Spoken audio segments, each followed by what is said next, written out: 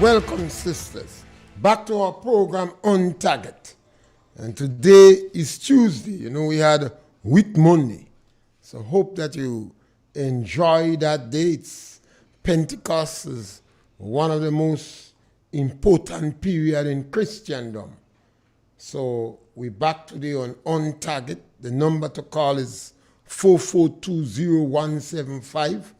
We speak about any subject matter, any issue trending, and you have the opportunity to pick up the telephone and give us a call.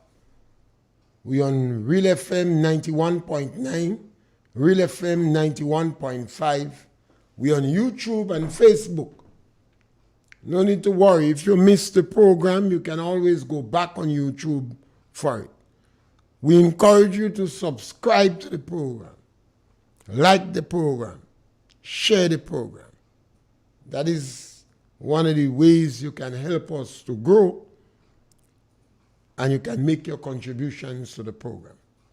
Welcome. Today I'll ask the question, we have an upsurge in crime. Do you believe that the reactions of our people to the upsurge in crime justify? We have an upsurge in crime in Grenada. And do you believe that the upsurge in crime, the reaction of our people to the upsurge in crime, do you think it is justified? A number of the recent violent actions are gun-related. Some people seem to be panicking. They're afraid. They get very emotional. And they're asking for stiffer penalties. Most of the individuals who, in this crime situation, are younger elders and youths. Why is it people asking for stiffer penalties? Do they believe that stiffer penalties would hinder the incidence of crime? Why? I heard a number of remarks, but a lot of the incidents where guns are being used, it doesn't seem to me as any gang or even individuals holding up places, what we might call bandit or thieves. It most seems to be show-off, copycats, or young individuals have a gun, get a gun, and they believe they must fight. Some of them are firing the guns in the air in the public place. And we are asking for stiffer penalties. We have to be cognizant of the fact that all the prisons in the Caribbean are overpopulated. And there is a direct relationship between the education level of the people in the prison and some of the petty hooliganism and gun crimes that we are having. Now, if the majority of people in your prison do not have a basic education, and most of the incidents related to the gun crime are people who do not have a minimum basic education, then we should ask questions. It means that some of the challenges, the social challenges, the crime-related incidents in Grenada and the Caribbean are committed by people who did not exit school with a minimum requirement. Yes, caller, welcome. Good day, sir. Yeah, my brother. Well, I don't want to be left. As you touched as you touch the point on crime, before you go further, I will say we are not, Grenadans are not feeling justified. I will tell you some of the reason why. Up to this time, we have not heard a national address by the Minister of National Security towards where we're heading, if we're making any headway, neither the Commissioner of Police. I'm not saying them cause the crime, but what I'm saying is we are not getting any hope from these people to know what they intend to do to help curb this upsurge. So I think we are not treated justified by our leader. I don't think anybody could defend that. Our next point I want to make before I leave. Oh, Mr. Pierre, let me thanks to the people who show themselves in NNP Fun Day on Sunday. It was attended. It was a nice day of getting together. Show that NNP is alive and well. The only thing is people don't seem to trust attending dances these days because they still have a little fear. You know, dance part of it, a lot of people decide when night comes they're going home. So the dance was a little, but everything went smooth. Everything went all right, I should mention that. Also, Mr. Pierre, there is some drop of NNP people. I want to send a warning. What you call them? Join in with some What you call them? drop off NDC. Sorry, drop off NNP. Well, what do you mean by drop off? You see, if you have a political party that is inclusive, your party must be inclusive. And all and sundry must be welcome and highly appreciated. We have to be very careful in Grenada. Because if we go down the trend, and it's easy to go down there, to start to partition ourselves. You know, sometimes when you have new converts in any organization, they come with more energy than those that has been there. And sometimes the old ones say, what happened to them? What they playing? They just rich. So political parties must be inclusive. We are constantly chastising the NDC for fracturing and partitioning Grenada. And the NNP must guard against that jealously. So you either NNP or you're not NNP. And even inside NDC, you have NNP that you should be welcoming. Say, come back, where we welcome you. And have a high level of tolerance and appreciation for them. And this thing must go, yeah. I will say NNP is the most inclusive party in Grenada. I agree with you. Under the leadership they have. But anything could be destroyed. If you don't protect what you have, you could lose it. So you must either be an NNP or you're not an NNP. But be mindful that a lot of the people that with NDC now are NNP. And NNP must have an inclusive and welcoming hand to all who enter them. You can't partition your party. Shouldn't. Yeah? Some of them don't have the authority to make statements they're making. In a democratic, again, my brother, in a democratic country, you may have people who on the executive of NDC, of a political party. They are party carrying members. They pay their dues. They could vote. You might have people on the executive that have to be careful what they discuss. But just an ordinary supporter who is not even a member of the party must be free to be critical and say what they want.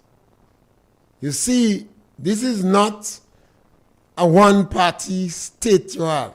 You have freedom of the press. Remember, it was the NNP that liberalized the telecommunication network. And that gives right to individuals who support NNP to criticize NNP. If they are a member of the executive, there are strategies that might discuss that they should not come and wash the dirty linen in public. But if they're not a member of the executive, all party members must understand and be tolerant to the fact that this man is a supporter, but he criticizing some aspects of the political party. You can't say they don't have a right to criticize. He might be an NNP inside NDC. He might be an NNP that is not as active as they was. He might be an NNP that was a party member but did not renew their party membership because they want to be more liberal in the discussion.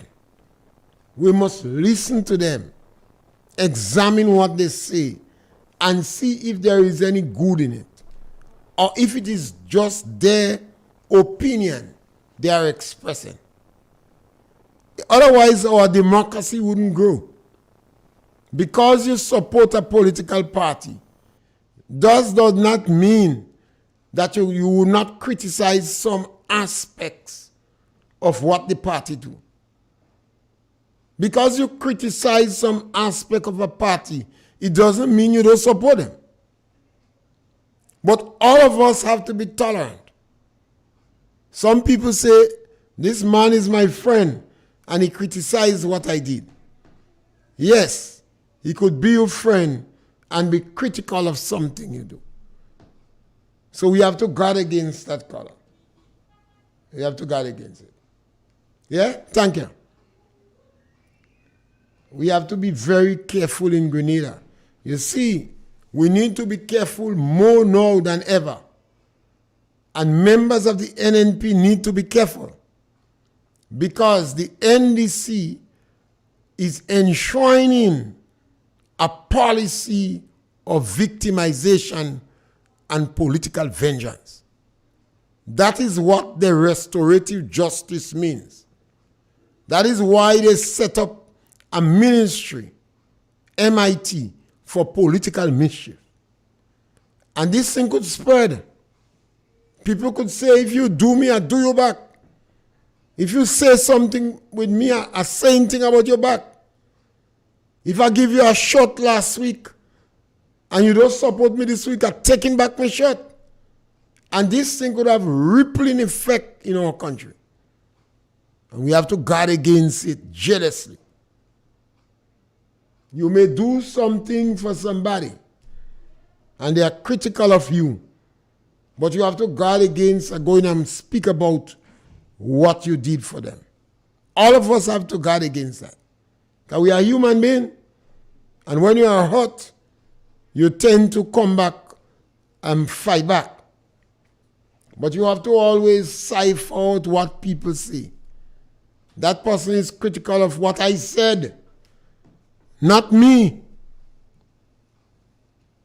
So I stand for a child. So help me and stand for a child because I gave you something yesterday, so I want it back now. You have to be very careful. Otherwise, we're going to do untold damage to this country. That is why I speak so much against restorative justice. This is why I asked the government to disband MIT. Because I believe that ministry is set up for political mischief. There is no need for mobilization, a ministry for mobilization. No need for that. During the revolution, we had that. I think either George Louison or Selwyn Strachan or one of them was in charge of it. And it was this was for political mischief. They find out who joined in the militia, who say things about the revolution, to call you counter-revolutionary, to intimidate you. Your children would not get a scholarship to go away. You would not get promotion, and they threaten you. That resulted in over 4,000 Grenadians leaving Grenada for Trinidad and other countries. I'll give you two instances. In one instance, a young man, 13, 14, 16 years, was in a group, and another young girl around that age go to them to join the national youth group. And one of the boys said, we're not joining no group because I'll be jailing Tivoli and conference people too much. And the young girl repeated, you go hear from me. That happened this Sunday evening. When Monday morning the boy went down, was awoken by his mother. And she said, you're going in Trinidad tomorrow. And the boy was shocked. I'm not going in Trinidad. She said, you heard what the girl said? You go hear from me. You know what that means? They put him in the dicky of a car to go and stay in a house in Grenville, to go down in the boat, on the boat, 5 years. This is why the government set up MIT, political mischief. And we don't want to encourage that in the country. You see, we have a lot of past. We must use the past so we don't make mistakes again. We don't make the mistakes that we make already. We have an upsurge in crime in Grenada. And I find too much people getting emotional and panicking. Well, I blame the government of the day. I think they are directly responsible for the upsurge in crime. And they have to take some initiative to cut it down. They have to take some initiative. And I'll start by asking the Prime Minister of Grenada to make a public apology for making social media movie with that which look as an illegal substance, to wit, weed. When the social media showed what looked like the Prime Minister of Grenada playing with a weed tree in a civilian yard in the presence of the police, that was a point of gross indiscretion. The Prime Minister was wrong. This is not Tevin Andrew to say it's just a never see come see attitude. This is the Prime Minister of Grenada, a known lawyer. So because he's a lawyer,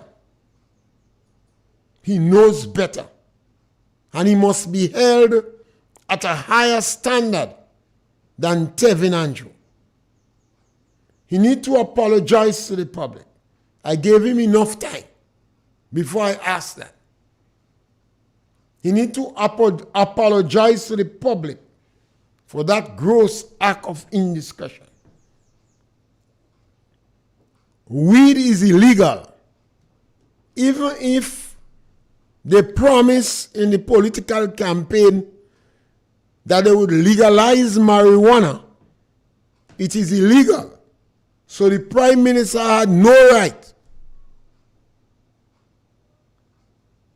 to make social media movie with him as a star with weed. He involved a third party, somebody in the home, a family. There might have been children in the home, I don't know. But what I could see, a family is involved. He did it in the presence of the police. So he was undermining the authority of the police. And at the same time, the Prime Minister convinced some young people that he had legalized with. That, I believe, is one of the factors that led to the upsurge in crime. Some of the people believe if weed is legal, I had to get me iron dog. Because they go thief weed, I must have me iron dog. The second reason for the upsurge in crime, the language emanating from the ministers was fractious. It was flammable language. It was disrespectful, demeaning. And that again would affect the level of respect the younger people have for others. That contributed to the upsurge in crime. So the decent thing for the Prime Minister to do, start to take a hold of things. You sit down and discuss it with some of you top men in the NDC. Ask them if you were correct, knowing that weed is illegal, to make social media movie with weed. Ask them if you affected the psychic of the police by doing it in the police present.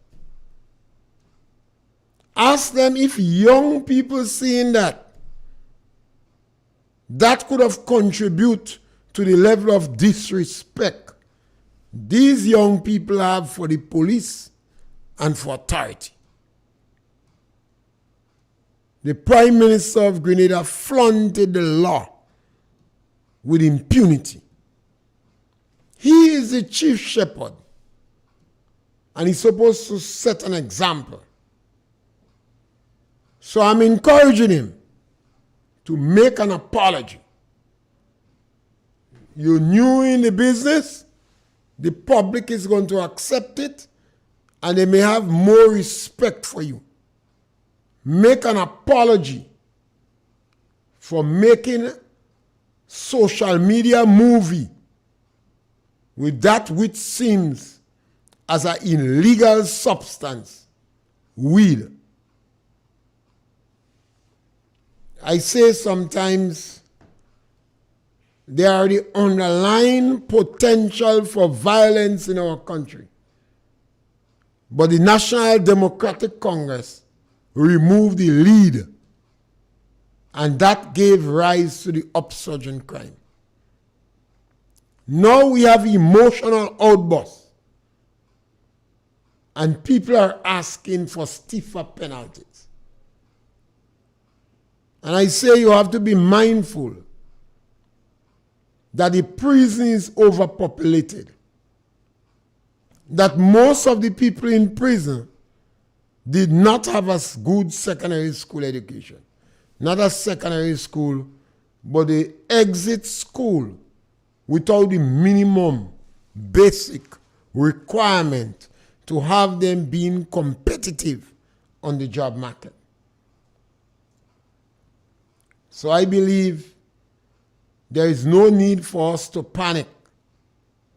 We have to do what we're supposed to do to keep back, to have a decrease in the incidence of gun crime and chopping incidents. It's not only gun crime, a lot of chopping incidents taking place.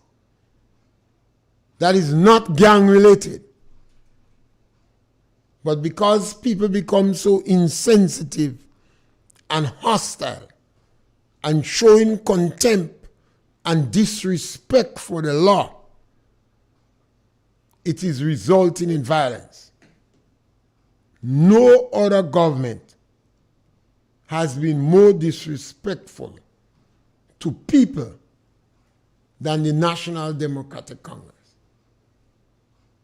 So I appeal to the Prime Minister I know it's going to take a while for you to think about it, to consider apologizing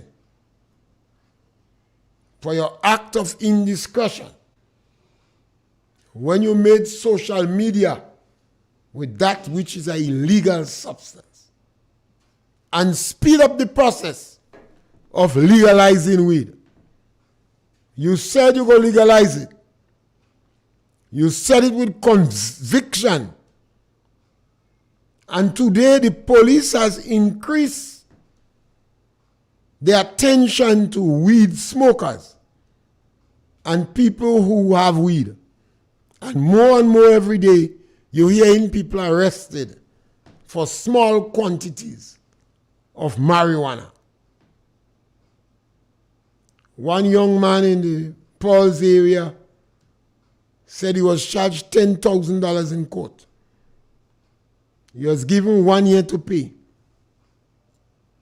He paid about $500 already. Otherwise, he had to go to prison for 2 years. And he's not working. And he has children. He said he does hustle. But the hustle's slow. So he's heading prison. And every day you see him and the other brothers around him is kicks in. How much days you have to go again? There was a magistrate that used to sing, "Down to prison you must go." You see, something similar to that took place in Grenada during the 1979-1983 coup d'etat. Maurice Bishop came to the village and he told them in a meeting that they could plant weed. A number of people asked him questions. And a young man then who believed in Maurice Bishop so much went to the police to report that they stole the weed. And he knew who stole the weed. The police took him, went at his home, collected the trees that remained, brought him in front of the court, and the magistrate gave him 2 years in prison. That, I believe, is one of the reasons most of the young guys go for the iron dog. They don't intend to call police again because they don't show. But they believe the iron dog going to help them defend the tough. And we have to make certain that our children in school, when they exit school, they have the education that could afford them to get jobs. There is a direct relationship between violence among young people and unemployment and the kind of education that they have. You don't have to believe me on that. Look around in your own village and own communities. Look at the children that are unemployed and find out the qualification they have. It is very easy to get a job when you have the necessary qualification. Very, very easy to get a job. It is very difficult to get employment when you don't have the basic education. 10 o'clock, 11 o'clock in the day, go in any communities and see the young people that is not at work and have a discussion with them. You could take a sample test. They don't have the necessary education to find a job. And this government is not doing anything to give them hope. So it increases the chances of turning to crime. you see increased incidence of gambling. A whole set of young men unemployed. A lot of energy they have. No work to do. But they're still looking for money. And one of the ways they could get the money is gambling. Legal gambling or illegal gambling. You don't have to believe me when I speak, I always encourage those who participate in my program to do research. Yes, caller, welcome. Mr. Pierre. Yes, caller, welcome. Good afternoon, sir. Yes, good day and welcome. Mr. Pierre, this is some people talking. Mr. Pierre, anybody had do something for you right now? People reproaching you? What is the meaning of that? Well, that could be part of the restorative justice. And you do something for somebody. You don't take your money and do it. You take the taxpayers' money and do it. And at least somebody say, I owe you, you owe me. You see, What I do for you? that is why we have to be careful as a people. Because this question of reproach always there in our country. But now we have the government introducing restorative justice. And you're going to have more incidents of that. Because individuals going to say, I want me justice. I help you. No, you're against me. Yeah, And they're going to use the medium. If you're there in government and you help, you don't take your money and do It doesn't matter where you are. taxpayers' money. Yeah, but it doesn't matter where you are. You're going to find people in private sector want to reproach people more and more because the government is entrenched in a policy. And that's why I always speak about government policy. Mr. Pierre, right now, I see either that former minister sick or pregnant. Because when you're pregnant, you're in a rage. And either your sickness make you sick. We have to stop it. We have to get an Caller, I'm never pregnant yet, so I don't know. The children, Mr. Pierre. Yeah. Enjoy the rest of the day. Thank you. I'm never pregnant yet, so I don't know what it is when a woman pregnant. There are some women that are very nice, and even when they're pregnant, they're more nice. Because they're cognizant of the fact that when they have God's gift in their body, they have to be extra nice to provide for God's gift. So some of the nicest women I know is women that are pregnant. They look better, they look productive, and the fact that they're making more is already welcoming. And I highly appreciate that.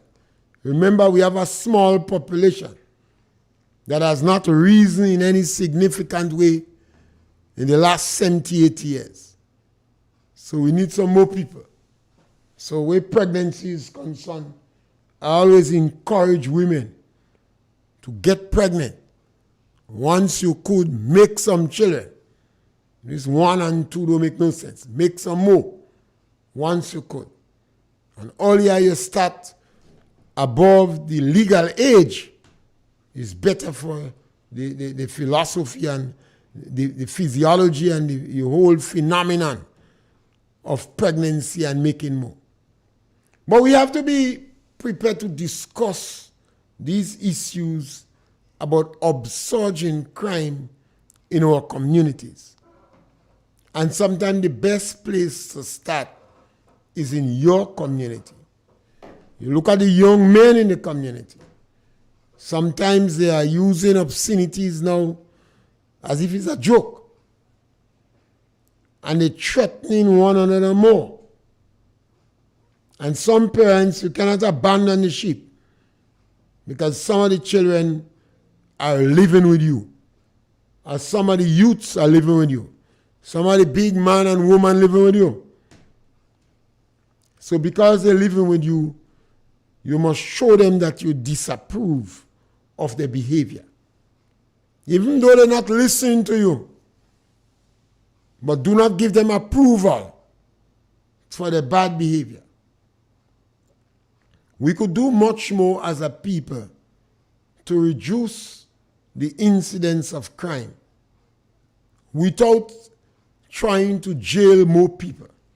Because if the prison is filled up, or the prison is overpopulated, and you're asking for stiffer penalties, even in prison, you're going to have more crime committed. There are some countries in Latin America now that have programs where the children, prisoners who have wife or spouse and children, they bring them to them so they could make physical contact with them even if it is under supervision. Because they recognize that the child's life in the school is seriously affected when the father in prison.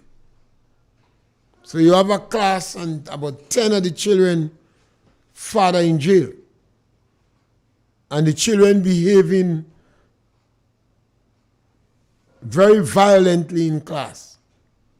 So the sociologists, the clinical psychologists and sociologists decided to bring the children and the spouse for the man in prison to have physical contact, albeit under supervision.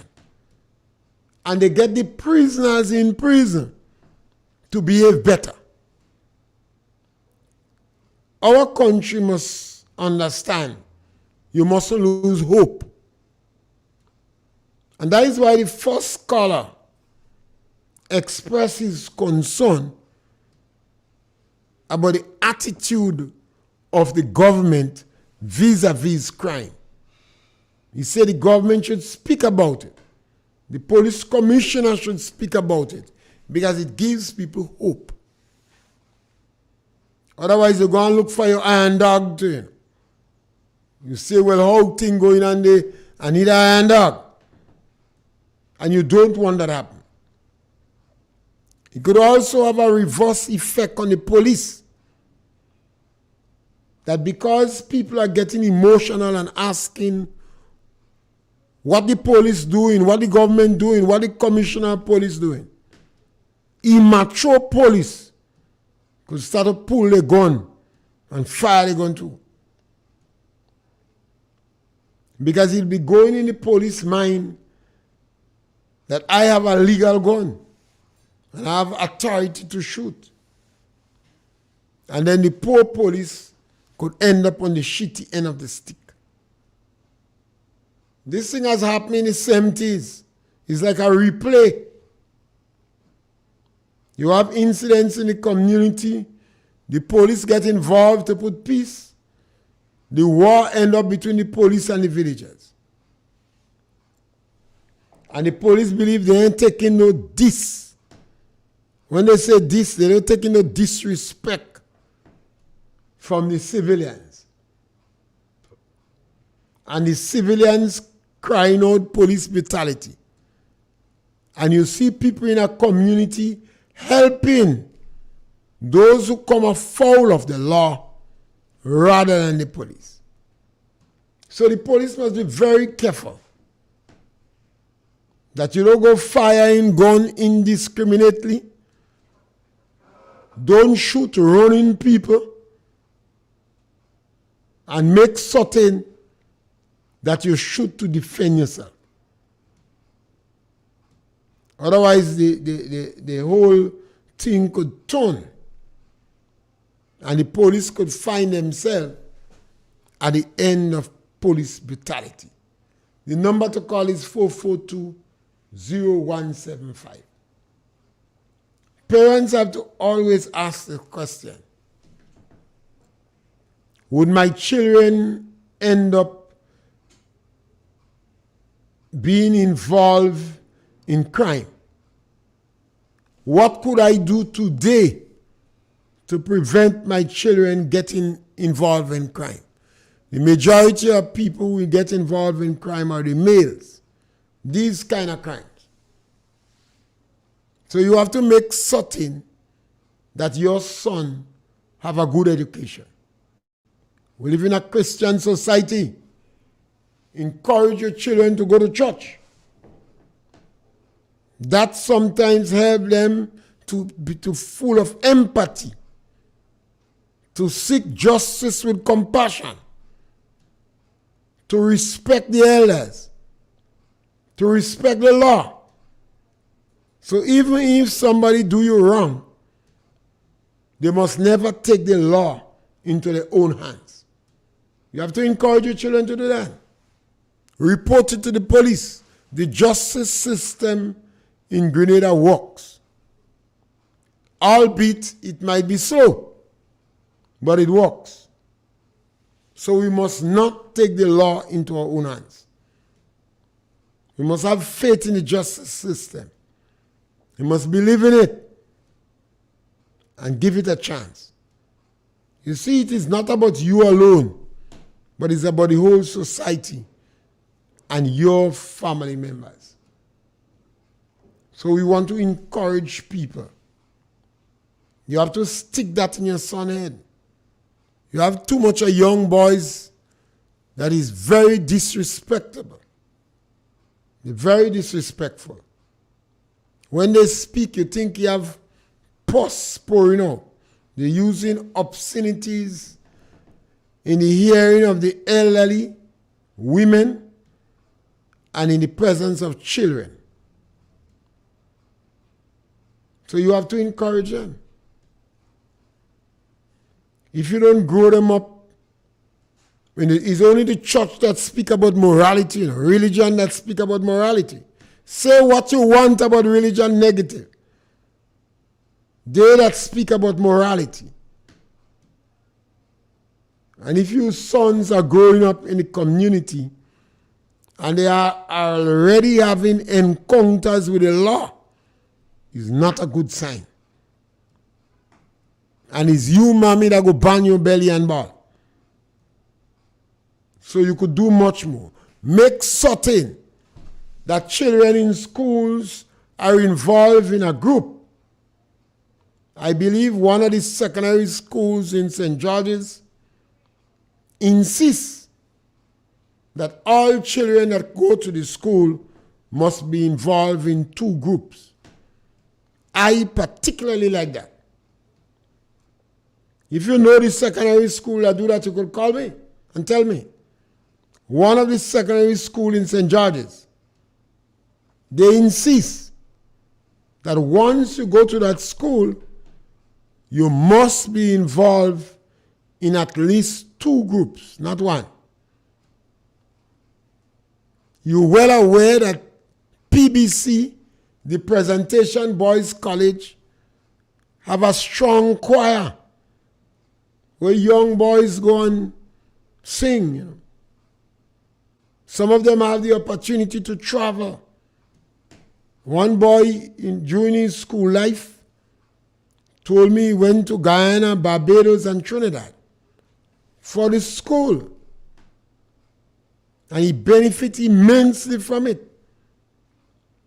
And they have voice training. That is good. And I'm just gathering information that another secondary school in St. George's, you must be involved in 2 groups, at least 2 groups in the school. Some of the schools are unproductive, and there is no groups in the school, and they are not making it mandatory that the children involved in groups. And there is no group in the community. So when that child leaves school, maybe the last encounter with any organized activity is intercourse sports. And they go in a community full of energy and not much to do. And some of them end up getting involved in crime, become very disrespectful. And then we are asking for greater jail sentence. We don't have to go far now. Look at Jamaica. There are a number of police divisions in Jamaica that is operating under state of emergency. Nice little Jamaica. In 1962, Jamaica was one of the safest countries in the world. Today, perhaps Jamaica is one of the most dangerous countries in the English-speaking Caribbean. Some say it's a failed state. You have a number of low-income people involved in crime. Trinidad doing well too with crime. And a lot of the individuals there are descendants from Grenada and St. Vincent. And they're involved in all kind of crime. Guyana do backward too.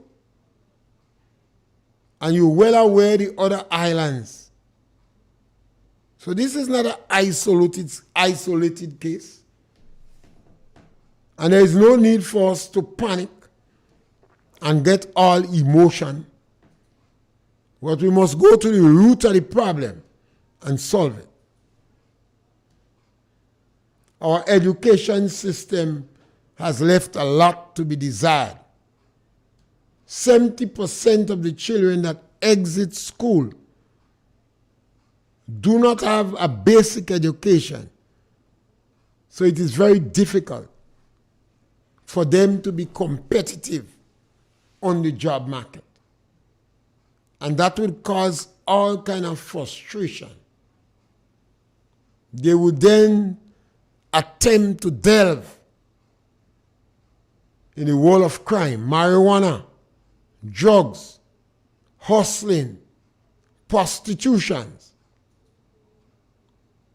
predial larceny. All because they left school and they did not have a good education. You cause more social problems in our society. So we have to look at the education system. You have schools that is trying. We have to take the strength from them. Those activities that they do that is positive. It is strengthening. It helps to make a good, holistic, well-rounded child and implement it in the other schools.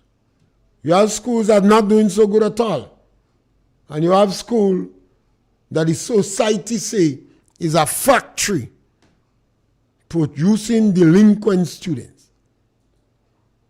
So we must try to address these things and look at them. And parents have to do more for your child. Because don't believe the school go bother too much with your child. If you're not speaking about it, you're not articulating, you're not calling on the government to look at it, nobody bothering with you. So you have to place a lot of emphasis on your child.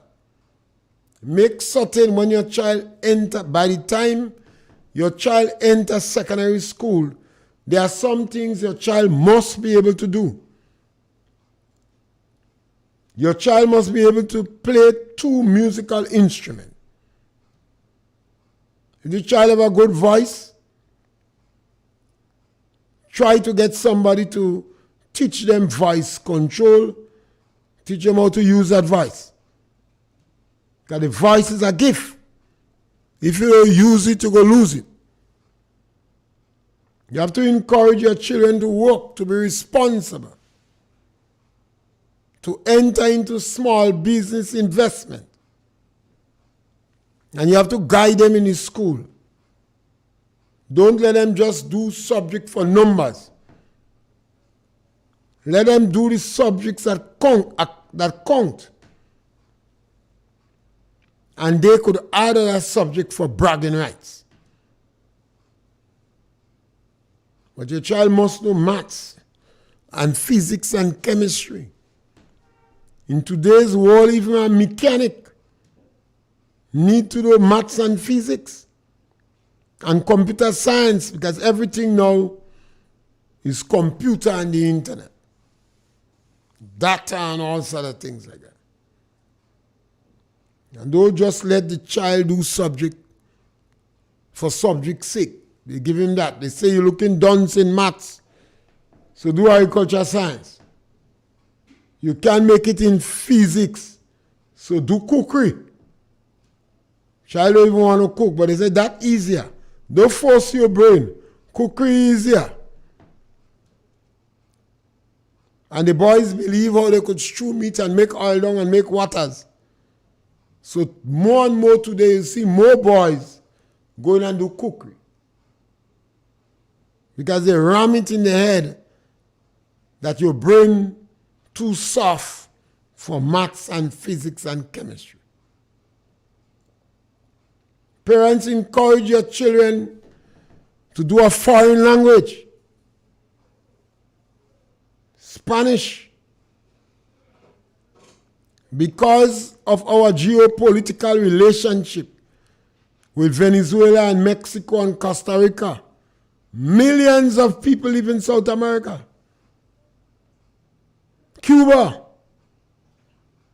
Now, if our children exit school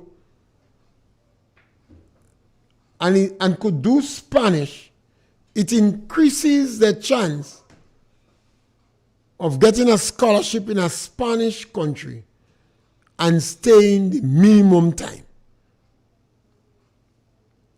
We have over 500 soca artists in Grenada. Some of them don't know how to breathe good. What do you think if all of them could have speak Spanish? You might have more people from Latin America coming down here for Carnival. These individuals might have been touring Latin America with greater regularities and making much more money from the culture. Can't run out. The facts are the facts. We can't run away from these things. So I want to encourage you. French. We had a little old patois. That ain't coming back. Instead of trying to revive patois, teach French. The little children learning anything at a young age. So introduce French and Spanish very young. Mommy, you have to intervene in what your child learns in school. Nobody. You spending the money. So you have to encourage your children to do the subjects that make sense. When they come out with the basic subjects, they could branch off in any direction. But if you go and get cookery and agriculture science and POB and YOB or what, where you go with that? Where you go with that? Yes, you could get these subjects for bragging rights. If you want to do 25 subjects, no problem. But you must know the 6, 7, 8 subject that you do. And the school mustn't make it difficult. Don't clash these subjects with other subjects that is not so important. You do that in school. What I mean by that, you put in chemistry and cookery. We could clash that. Chemistry and cookery. Make certain that our children do better in school. Mommy, your boys have to have respect. Don't encourage them to go and cuss people. Teach them to be respectful. Make demands home. That your son have to be respectful in the house. When you watch them on the street, they're not respectful. They cuss and win. So these are some of the things that must be done so we could change the dynamics on the ground. Let's not close our eyes to the reality. If your child is involved in gun, they either kill him or they jail him. If your sons are violent, they either get maimed, chopped up, or they chop up somebody. And then the women bawling. So you take the necessary action now so you could produce a well-rounded student, a well-rounded child. A lot of people are doing it. Maybe 15 to 20% of Grenadians have it well locked down. The children doing well in school, whether boy or whether girl. And their children will own the jobs. And your children will be struggling. And if they're part of the 70%, they're more likely to end up in jail. They're more likely to have people reproaching them and disadvantaging them. Yes, caller, welcome. All right, we lost that caller, and if you want to call, you could call now, and you might be the last caller of the day. But we lost that caller.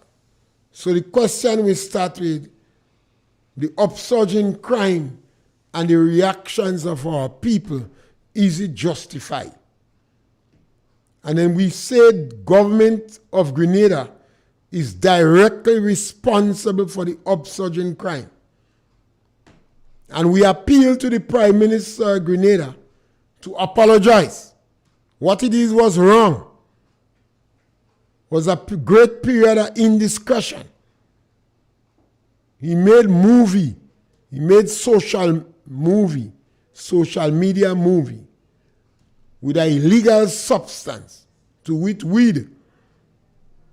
And we believe that contributed to individuals going and look for the iron dog. Yes, scholar. Yeah, Mr. Pierre. Yeah, go right ahead. How do you feel about Tony Bolson now? What happened to him? Well, I heard he made a speech yesterday. I did not hear him. Oh, you didn't hear it? No, I didn't. Well, I thought you did. No, sorry. You a good man. You all right, Mr. Pierre. Okay, caller. Yes, so as we come to the end of the program, we want to appeal to Deacon Mitchell. Come in front, be a man. What you did was unacceptable, it was wrong, it was illegal, and he sent the wrong message to Grenadians. So we want you to apologize. You should have done that already. That you pose with what looked like an illegal weed tree.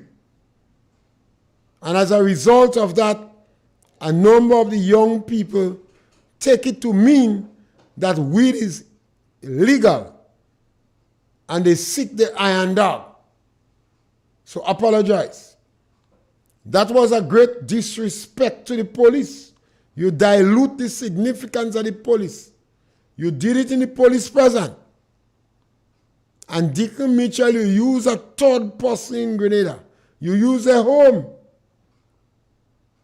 And the record will show the home because people are able to identify the home based upon the post. Remember, it's a small country we're in. So I appeal to you, let good sense prevail and apologize. And we come to the end of the program, and we're back with you tomorrow for another opportunity to punch. Thank you very much.